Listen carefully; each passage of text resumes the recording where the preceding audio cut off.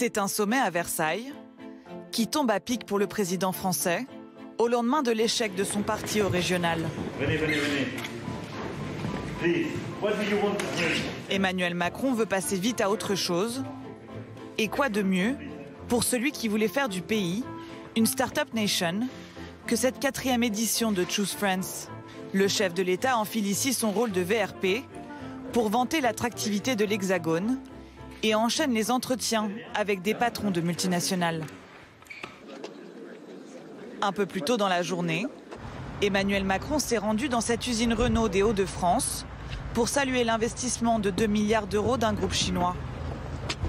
Comment ça va, Président? Thank you so much.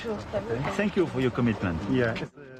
Sur place, le président s'est retrouvé en face-à-face avec Xavier Bertrand, l'un de ses futurs adversaires pour 2022. Bonjour Monsieur le Président, Conseil régional, vous allez bien? Ça va. Félicitations. Merci. Pour hier. Et heureux de se retrouver ici. C'est important qu'on ait réussi à faire reculer autant le FN. Je pense que c'est important, ça montre que quand on investit, on y arrive. Et l'abstention. Hein, L'abstention par contre. Elle dit beaucoup de choses. On va tous en tirer les conséquences, mais je trouve que j'étais content de voir aussi ensemble avec Benoît Tirage les chiffres Les résultats. et qui montrent que quand on réinvestit, hein, quand on a fait tous ensemble ce qu'on a fait ces dernières années, Faire reculer la colère. on arrive à calmer beaucoup de choses. Notre signature au Muse Vert a été un bon moment. Ouais. Qui a produit ses effets. Ah oui, c'est ça. Oui, après il y a les résultats et aujourd'hui, donc je suis content d'être avec vous parce que c'est une étape, mais on sait tout ce qu'il y a derrière. On le sait chaque fois.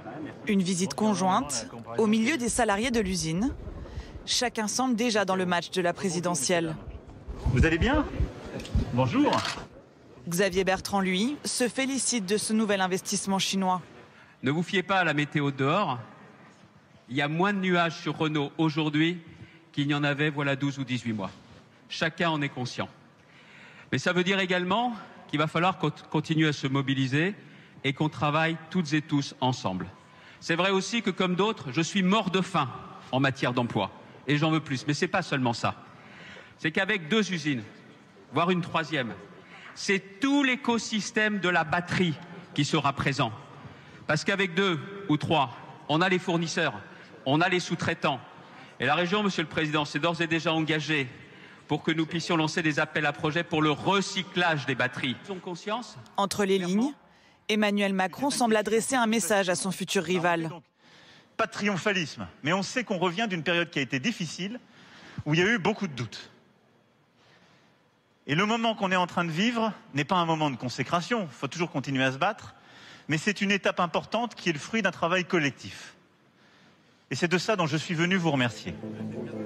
À 10 mois de la présidentielle, le compte à rebours est lancé pour Emmanuel Macron, qui officiellement n'est toujours pas en campagne.